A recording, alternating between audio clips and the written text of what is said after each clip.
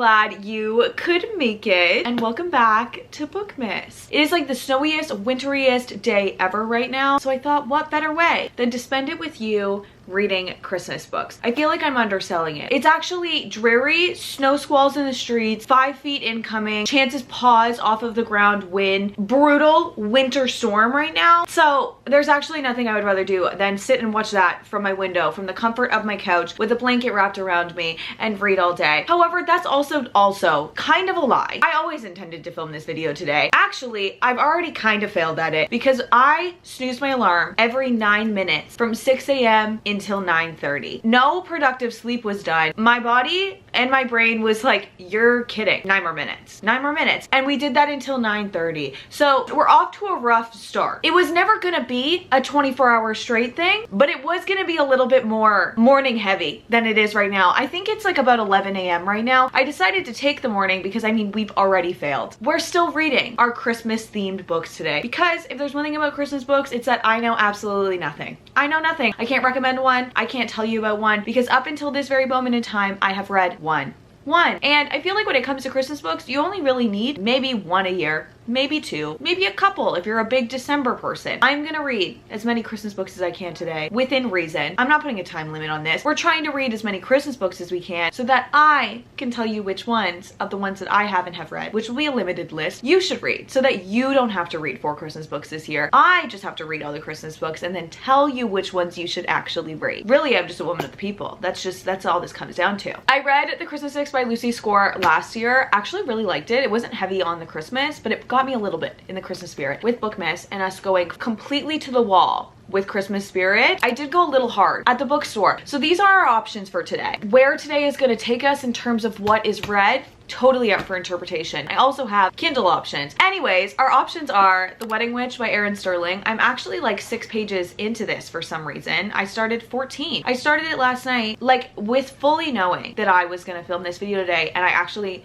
don't think I want to read this today. The Wedding Witch by Erin Sterling. This is the 3rd book to the X-Hex, but they're interconnected standalone, so you can read it as a standalone, which is what I would be doing. Wreck the Halls by Tessa Bailey. I have learned since buying this, it's actually a fairly low-rated Tessa Bailey book, and it would be my first Tessa Bailey book. The cover's perfect. It's giving Christmas. The Christmas Tree Farm by Lori Gilmore. This is the 3rd book in the Dream Harbor series. This is the 3rd one to the Pumpkin Spice Cafe that took over fall. So this could take over Christmas. Spectacular by Stephanie Garber. This is the Caraval novella Christmas special that I really do want to read. I think it will be an easy read because the pages look like this. There's like 8 words on every single page. However, the way that these characters live rent freaking free in my head, I also don't think I hated A Curse for True Love the way that other people hated it. I thought it was just as fast and like kind of concise as the first 2. I don't have any strong feelings towards it. I'm a Caraval girly to my core. The way that those books made me discover descriptive imagery in a way that I never had in a fantasy. I love this world. This is a really good option. The Most Wonderful Crime of the Year by Ali Carter. She wrote The Blonde Identity, and I've heard nothing but amazing things about the way that she writes. And this is described as a Knives Out holiday rom-com, and she's a huge cozy thriller mystery person, and he's a huge thriller guy. I kind of love this dynamic. My December Darling by Lauren Asher. I'm so excited about this one. The only reason I fear I may not read this today is because Indigo has a pink version of this, and it's back in stock. So I think I want to return this one and get the pink one because it's pink. Love Light Farms by B.K. Borsan. I feel like this is such a staple Christmas book. I've heard so much about this book, and honestly just this author's books in general. Are these interconnected standalones? Did I have to read something first? There's a real possibility that I did. We're gonna cozy up, we're gonna read some books, we're gonna get into the holiday Christmas spirit, and hopefully I'll read some good Christmas books so that I can tell you to read them, or maybe I'll read some bad ones so I can tell you not to waste your hard-earned dollars on this. And let's see how many books I can realistically read in one day of reading Christmas books when it's dreary sad outside and it's already dark. It feels like 4 p.m. I am a December baby, and I really wish I could look out the window and be like, ah, snow, it's so pretty. But I don't have that feeling ever. I have the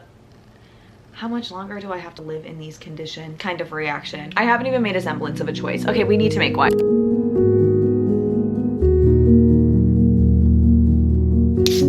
Sounds about right.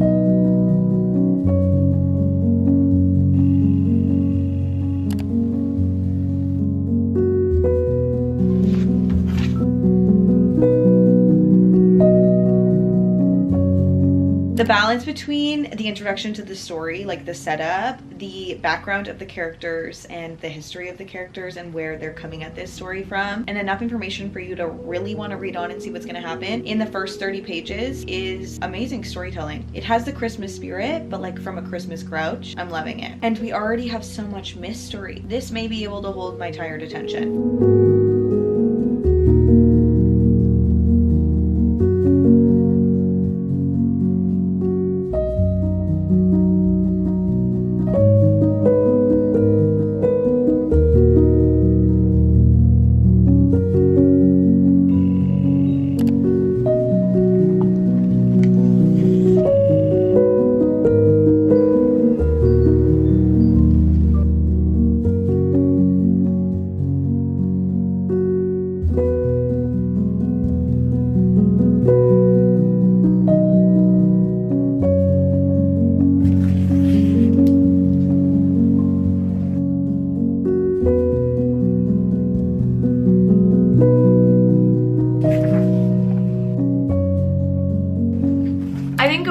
Wonderful Crime of the Year was honestly the best decision that I could have made, because this is keeping my wandering attention more than I think anything else could have. We're on page like 150-ish, just a little bit over halfway. I have like a little bit over 100 pages left, but it is in fact 4:45, so like things aren't going great in like any definition of the word great. Am I having a good time though? I am having a good time. This does what it does, which is a lot in a very short amount of time, in a very short amount of words, very well. It's described as a Knives Out holiday rom-com, which it really is. It really feels very Knives Out. Like I've never read a book that was like mystery maybe it's cozy mystery. Am I discovering a newfound love for the cozy mystery genre? That could be what's happening right now. Our two main characters are not just big mystery thriller consumers, they're both mystery thriller writers. And our main character, Maggie, is like a cozy mystery author, versus Ethan is our, as Maggie describes it, leather jacket guy. I am not really knowing what that means is kind of part of the lore of this book, but he is a thriller writer, and Maggie's backstory and her reason for hating Christmas is delved into really well in this. It's really well executed and it's adding a lot to her character. Moral of the story is she hates Christmas. Everything bad that's ever happened to her always happens on Christmas. So at this point she is just adamantly avoiding the holiday, just wants to spend it alone. But when she goes into her publishing house and her agent gives her a little letter that has a little seal on it that invites her to go to England for Christmas, she's like, I'm not going. I'm obviously not going. And her agent is like, I really think that you should. I think that you should. So she decides, you know what? Fuck it. I'm gonna go. But when she gets on that plane, she realizes that her workplace nemesis, we're talking workplace rivals, is also on that same trip as her. And when they get to where they're going, it ends up being her favorite author, like childhood favorite author, the author who got her through everything, the author that made her want to be a writer, is the one who gave her that mystery invitation. And now we've entered a bit of like a Knives Out situation. What this book is doing, it is doing to perfection. It is doing so well. I feel like I'd heard so many good things about The Blonde Identity, but never enough, or maybe I just don't love the cover to like actually pick it up. But I don't know why I didn't have high expectations going into this, because strictly out of the gate, they were pretty much immediately blown out of the water. This feels like a book that the author has like the ability, the wherewithal, the talent to write a book that is super intense, super in-depth, like a big literary fiction-esque book, and it would have huge emotional importance. But they're taking that skill and they're turning it into something that is fun and cozy to read, but just executed perfectly. Do you know what I mean by that? Like, it feels like she could have made this book 800 pages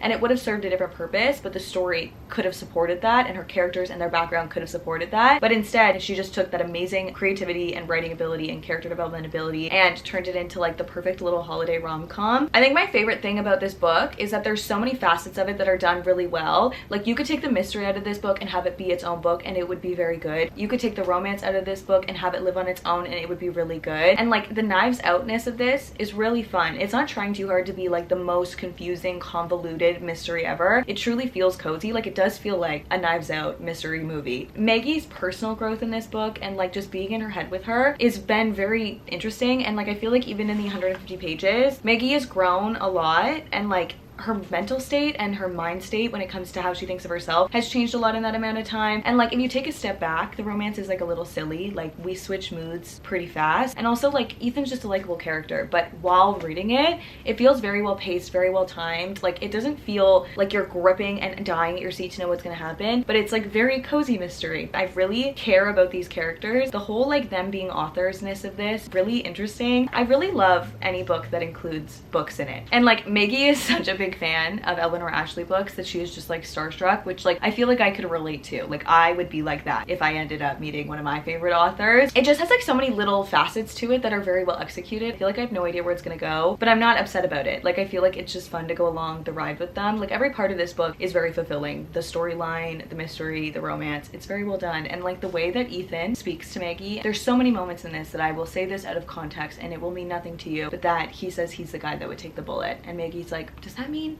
that he would take a bullet for me? Like, would someone take a bullet for me? That is how I can sum up the relationship between these two characters. We'll see what happens in the next 100 or so pages. I think it's gonna be really good. It has the ambiance of Christmas, and maybe the Christmas music that I'm listening to while reading this is attesting to that, but it just has like an overall Christmassy, wintry energy, and she's never had like a white Christmas before. I'm also literally hanging on by a thread and very tired, and like probably could not read something more intense than this, but this is just so fun and so cozy and so cute that it's just really easy to get lost in. I think this is a good one. This is a very good one. It doesn't scream Christmas, it's not overly Christmas, but it has the right amount of Christmas flair. This is what I wanted when I wanted a Christmas book. A book that could stand not during Christmas and still be good. And that's what I'm getting from this.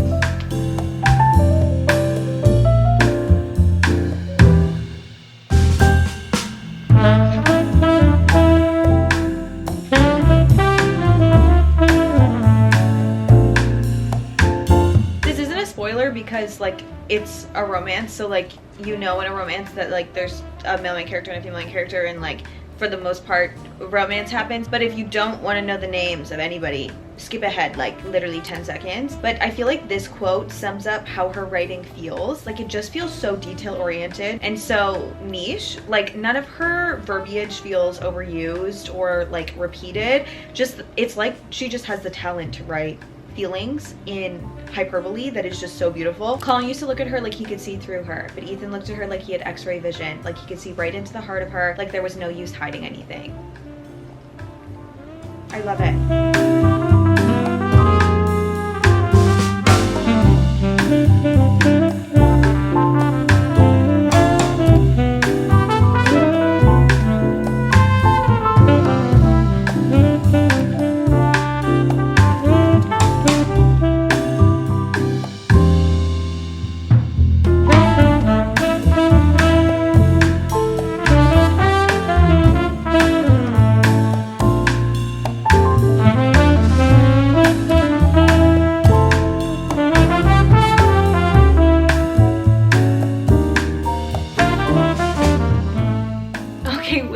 Like that was good. Like actually so good. I feel like I went into today thinking like I might find some cutesy fun times, like might be a good vibe, but I wasn't expecting to find a good book. That's not what I mean. I was obviously hoping to find like a good book, a fun book, but I wasn't expecting to find a good book. I really think that I'm clarifying myself and I'm just utterly not. I'm a little bit speechless from this. This did so much in 293 pages. I feel like I have so many thoughts and just no word for them. I know that I literally just finished this, and I feel like when I have a good time reading a book, I always just feel like everything is just utterly perfect. But something about this was just so utterly perfect. The mix of the mystery, cozy mystery, the thing that they're trying to solve, the whodunit of it all, made the story realistic because like obviously these two characters are gonna come together, are gonna fall in love under these situations. It would have been unrealistic to tell this story without the mystery, but together it just like it reads real. Like I believe in these characters. These are real humans to me now. You could take both parts of this story, both the mystery and the romance of it, and it could be two standalones that are very good, but together it's so realistic, it reads so real. It was just kind of perfect. It was like this pared down perfect version of a story. Like there wasn't a moment or anything in this that needed to be taken out. It wasn't too long. It was like exactly the same amount of gripping the entire way through. The writing did not falter in a single chapter. Like the writing was so good. I'd heard people say this about Ali Carter's writing, but I feel like it had just never stuck with me. Like I didn't know what I was expecting. I feel like the only person that I can kind of compare her writing to is Annabelle Monaghan. It's not like these big, beautiful, descriptive paragraphs and like flowery writing. It's more just like these one-off sentences that you're like, I have to highlight that because that was so beautifully spoken. I feel like I showed a lot of the quotes in this, like out of context quotes. Oh, the writing in this was so good. Like this is a book that makes you want to pick up every other book that this author has written, but then also her romance and her characters characters reminded me a lot of Ali Hazelwood, but also I don't want to say that her writing or her characters reminded me of anyone, because this was in such a lane of its own. And like, hey, maybe 100 of this exists, but I've never read something like this. I loved this with a lot in me. I have so many big thoughts. I thought I was gonna wake up and read some funny little Christmas romances, and now I have a book that has reshaped me as a human. It's always the books you don't expect. My camera died. I feel like this story evolved so much. Like, Maggie's character growth in this is so visible. You can see it like through and through, the character growth in this. Also just like the airtight background of these characters, while also creating like a very easy to digest, like, sure, not the most complicated, most intrinsically hard to understand, but beautifully executed mystery of all time, but it was just this backdrop that was a good, fun little mystery. Like, if you're going into this thinking it's gonna be like the thriller that changes your life, it's not what you're getting at all. But then also Ethan's growth in this, and like the development and learning of his character through Maggie's eyes. He is like the perfect golden retriever. Like, I would die for you, I'd take a bullet for you, but like, I'm also hot and I have this hard exterior and I don't let anybody know me. And genuinely, nobody knows him. Nobody knows him. I feel like I can't even get into this. I feel like I don't have the words to explain my thoughts. Well, that's not necessarily true, because you know a book is good when I take notes to share with you later. I feel too many big things about this right now. I need to sit on this. As always, we're gonna do full ratings and reviews at the end, because I just feel like 9 times out of 10 I will rate a book 5 stars when I finish it, because I love it and then never think about it again. So we always give me a little bit of time. However, I think this is a 5 star. I think it is, but we'll see. But while we're here, while we have this momentum going, she said, while having absolutely no momentum. If you're wondering, it is 9 p.m. That momentum that we're talking about, we're gonna try and roll into a second book. Today feels crazy. Yeah, it kind of feels, we're just gonna roll with it. I was gonna say feels like a failure, and that's not wrong. We're gonna just keep rolling with it. We're gonna start a second book. If there's one thing about this cute little stack of Christmas books, it's they're all small. So there's a real chance, you know, there's a real chance some books could be accomplished today. However, I wouldn't change anything, because I would have not wanted to consume or digest this story in any other way. Giddy and fun and playing Christmas music in the background. Overall, Christmas of this wasn't huge. It just happened to take place during Christmas. If you're like me, not a huge Christmas book girly, this is like one of the perfect Christmas books, because it had Christmas in it. It felt like Christmas. It felt like winter. You could also not really like Christmas and enjoy this book, because it's not talked about that much. It just happens to literally be Christmas. Let's attempt to keep the good vibes rolling. It's 9 p.m. It is. Even if I was doing 24 hours straight, we'd be halfway through.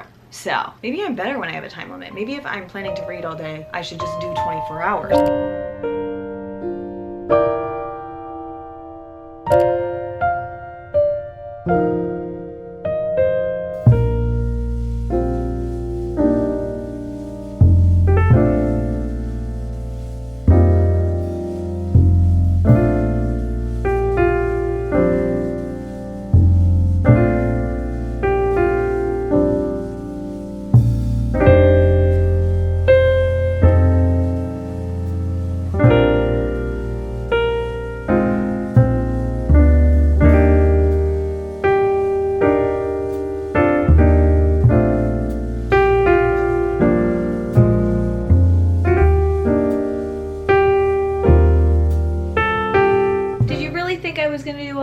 Book themed video and not read spectacular. I am a Caraval girly to my core, and can I just say that I am utterly so happy to be back in the magnificent north with Scarlett and Donatella. I'd be lying if I said otherwise.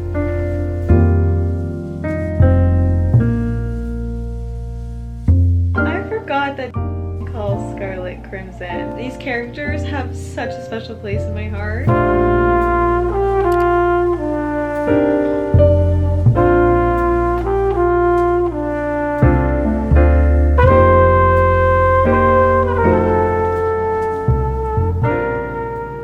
Is like a glorified adult version of a picture book, but I'm not complaining. I'm not complaining literally at all. I am such a Caraval girly to my core, and I stopped recommending it, like stopped thinking about it, stopped talking about it, and being back in this world is making me so much happier than I think that I could even put into words. Like, I feel like this is what I needed, a little boost in morale, you know? This is also making me think that I am actually in the minority, and I think I am more a Caraval girly than I am a Once Upon a Broken Heart girly. I love both of the series. They hold such special places in my heart, and I also think if I read them now, they wouldn't have the same impact. Like, I think Caraval was like one of the very first fantasies I'd ever read, and I read it in the summer, and I actually read Once Upon a Broken Heart first, accidentally, like without realizing it. And I did regret it because it does spoil a lot of stuff, but it's not the end of the world. The way that Caraval is written, it's also just like bigger. The story felt a little bit less fairy tale whimsically, which, don't get me wrong, is like my favorite part about Once Upon a Broken Heart, but the world felt bigger and it had like this darker energy to it. And just being back in this, it's going by so criminally fast. I just love this world that Stephanie Garber has created. And I remember reading Caraval and like the quotes in Caraval hitting me like in my core. Like that was one of the first times I'd ever experienced fantasy flowery writing. I was obsessed with the quotes in that book. The whole premise of Caraval is basically that Scarlett and Donatella have always been treated really poorly by their father, and they dreamed of getting a letter and invitation to Caraval, which is this magical game that happens, I think, once a year or something like that. And in the games, you can't trust your ears, you can't trust your eyes, you can't trust anything you see. You're kind of just hunting after something. And in the first Caraval, Scarlett is invited, Scarlett goes, and finding Donatella is the prize. The whimsical but still kind of dark for being a YA book. Like, it's not actually dark, it just has like a darker energy to it, but it's not like dark in a dreary way. The stakes are high for a YA book way, but in this like whimsical, beautiful, magical kind of sense. And immediately stepping back into this, A, Stephanie Garber's writing, and B, this world that Stephanie Garber has created, I just love with everything in me. I will take more series from Stephanie Garber every single day. This is basically Donatella trying to find the best present that she can, because doesn't love their version of Christmas, which is like the Great Holiday, I think is what it's called. And you have so many moments of just Scarlett with who she's with. You can't really talk about this one literally at all without spoiling what happens in Caraval, and just like the whimsy of this world. I just am so obsessed. It's like literally 10 words per page. This is the definition of a Christmas special, but also like I'm so happy to be back in this world and enjoying the reading experience of it. And like at the end of the day, that's all that really matters. I feel like this is a story that like didn't need to exist, but if you loved Caraval, then like this book is just like a warm hug.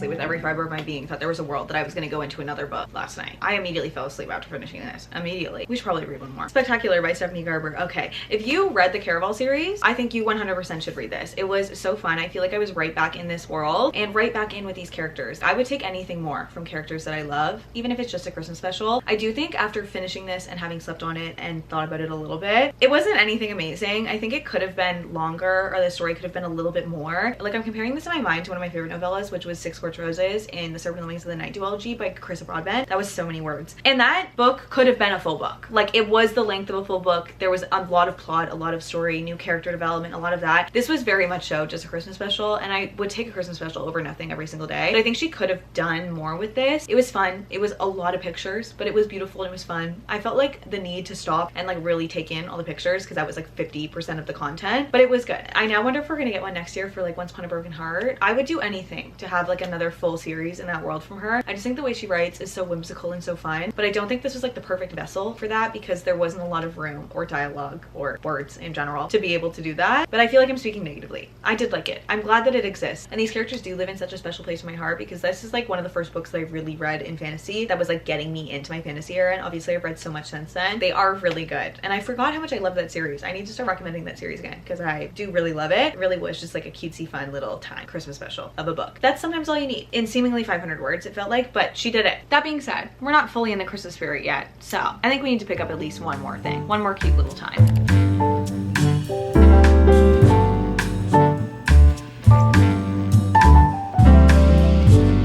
Did you really think there'd be a world where there's an Allie Hazelwood Christmas novella and I don't read it? Come on. To which I, a level-headed professional who keeps her cool under pressure, regularly saves people's lives and sometimes even manages to make it through an entire Pilates class without bursting into tears. Me.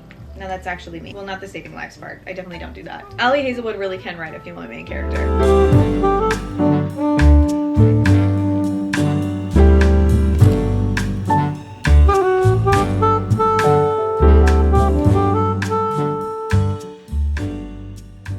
I am sitting here right now realizing that when I deleted stuff off of my memory card to film this, I without a doubt deleted all of my clips of reading Cruel Winter with You. I did read it. It's done.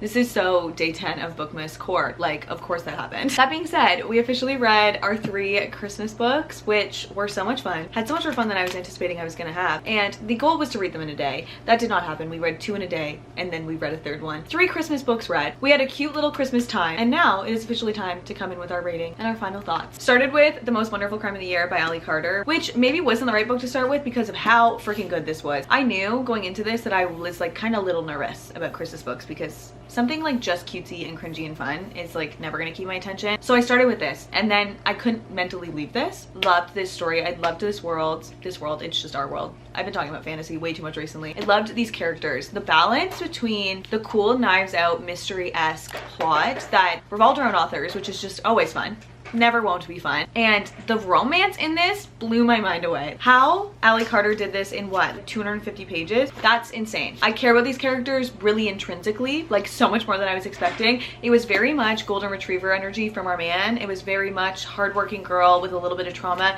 that is unpacked so well in this. I really loved it. Do you want to take a quick gamble on what I ended up rating it? Because yeah, I got major 5-star feelings from this, and this is a 5-star. Never gotten a 5-star Christmas book. It's not that astounding that this is the first one because I've actually only read one prior to reading this. We did get a 5-star Christmas book though. I wasn't anticipating. I thought this would be a cute 4s across the board video. You need to pick this up. You do. You got it. It was so entertaining while also being like, oh, my heart. I love you guys and I love everyone in this, and like I think I believe in humanity again. I think I do because there seems to be some good people out there. Also, the way that she writes is very interesting. Like I can't think to compare her to anyone. The way that she writes is very like metaphorical. Maybe that's not the right word. Like hyperbolic. Like she compares feelings to tangible things a lot, and it just felt like a very satisfying reading experience. Spectacular by Stephanie Garber. It was fun. It was fun. I had a lot of fun with it. I think I'm going to give it a 3.75. I want to give it like a 4.25 for like nostalgic reasons because I had so much fun. Maybe it's a 4. You know what? That's an editing Maddie time to decide because I really just don't know. I haven't entered this one in Goodreads yet because I thought I would sit here and it would come to me. It was really good. It was really unnecessary, and I say that as someone who loves Caraval, loves these characters, and was so grateful to get more. I mean, when I finished finale, I know I said in that video, like I would do anything. I would read these characters' grocery list, and this was like only really like 1 or 2 steps above grocery list. However, I enjoyed it because I said I would read their grocery list. I can't really talk a lot about this one because this is like very much so after the end of finale, and like I'm not going to spoil the whole series for you. This is a very gorgeous book. I'm very glad that I own this. If you've read Caraval, 100% pick it up, 100% read it. If it's going to come out in paperback and you're not going to read it this year, maybe wait, because this was 30 Canadian dollars, which is kind of insane. I think it was 25% off. It was. So I guess it only worked out to be like 20 something. Not me trying to do, I don't know what 25% of 30 is to subtract it to get a final number. The story in this was good. It was fun. The characters felt like themselves, but only I think because we knew them so well. Cruel Winter with You by Ali Hazelwood. If you want to read just something kind of Christmassy, this is the one that you're going to pick up, okay? It's like 75 pages of pure Ali Hazelwood gold. This is very much so just a perfect best friend's brother, small town moment, stuck in the cold, perfect little capsule of a romance. Our main character dad has sent her to her best friend's house, but her best friend is out of town, and her best friend's brother is watching her cat. But right from the beginning, we feel like there's like a little bit of a history there. There's like a little tiny bit of something going on, and she gets there and she's like, so my dad did make me walk in the snowstorm for a copper pot, which crazy. I know you're like a billionaire and you could buy 100 of those, but we're not all like that, and it cost me and your best friend a lot to buy these pots for your parents last year. Can I borrow it just for a second? And he's like, hey babe,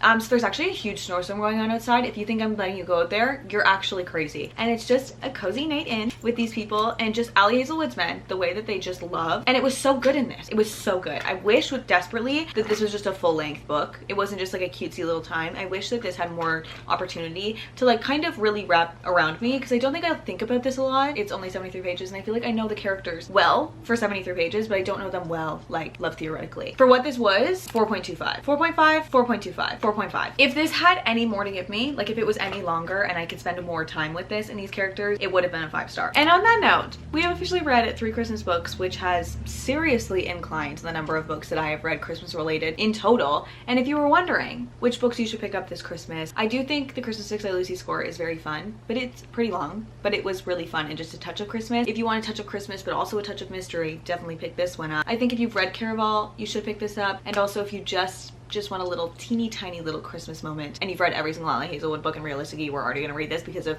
how good she writes, I think you should kind of read all of them. So I don't know what I was expecting to get out of this. I feel like I really went into this assuming that I would really not like some Christmas books because I'm not a themed book person. Is this me changing my mind? I think this might be me changing my mind. Let me know if you guys have read any of these and what you thought of them, or if you're gonna be picking any of these up for like the last little bit of Christmas. We all need a book to get in the Christmas spirit. At least that's a tagline that I'm living with now, which you could not have told a year ago, Maddie, that I would be saying that. But I think I'm converted. I hope to see you in the next one, which will be tomorrow, because this is Bookmas, but we're very close to the end, which is hurting my heart. Love you. Bye. If you told me I was gonna be unironically recommending you read 3 Christmas books, I would be shocked, you know? Like, I was not a themed book person, and now I'm gonna be thinking about this book when it's not even Christmas time.